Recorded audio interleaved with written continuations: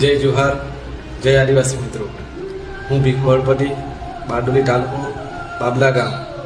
આજે 4/12/2025 બે દિવસ અગાઉ મુખ્યમંત્રી આવેલા અમારા ગામમાં ભવનતા રિસોર્ટ આવેલ છે।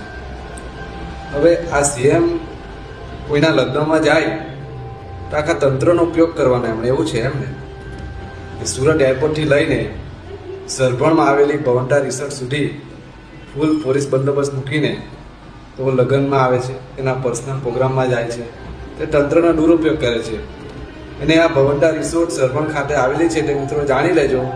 આ ભવનતા રિસોર્ટ અગેન્સ્ટમાં વિરોધમાં એ ધ્વનિ પ્રદૂષણ ફેલાવે છે તેના વિરુદ્ધમાં અમુક ગામના લોકોએ ઘણીવાર ફરિયાદો કરી છે, રાજ્યપાલના મુખ્યમંત્રી સુધી પત્ર પણ લખ્યા છે, આવેદન પણ આપ્યું છે। એમની બાજુમાં આશ્રમ શાળા આવેલી છે જ્યાં અમારા આદિવાસી બાળકો ભણે છે, એમની સામે હાઈસ્કૂલ આવેલી છે જ્યાં અમારા સરભણ ગામના 18 ગામના વિદ્યાર્થીઓ ભણે છે।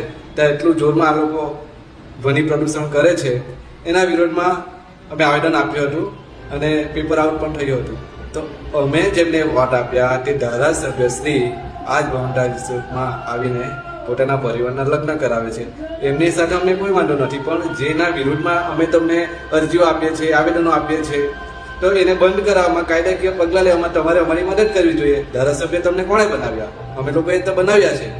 તો એમને બંધ કરવાના બદલે તમે જાતે જ એમાં આવીને ઘોંઘાટ ઉત્પન્ન કરવાનો પ્રયત્ન કરો છો કે તમે ત્યાં પોતાના પરિવારના લગ્નો કરે છે, એ તો કેવી રીતે ચલવી લેવાય? ને મુખ્યમંત્રીને અમે જણાવ્યું બી છે પત્ર લખીને રાજ્યપાલને, તો બી આવી રિસોર્ટને બંધ કરવાનું કે ઉલટીના તેઓ આવીને પ્રોગ્રામમાં હાજરી આપે છે।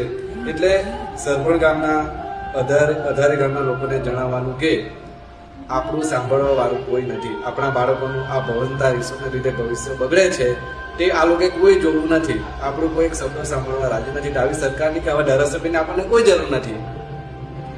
સમજ એટલે ગામવાળાએ આ સમજવાની જરૂર છે કે આ ભવનતા રિસોર્ટમાંથી નીકળતું ગંદુ પાણી જે ખૂબ દુર્ગંધ મારે છે, તે જખા આ ભુવાસણ ગામવાળાને બહુ પરેશાન છે। લોકો ઘણીવાર આવીને મને કહે છે કે ભીખુભાઈ આ એટલું દુર્ગંધ મારે છે કે અમને ખાવાનું નથી ભાવતું।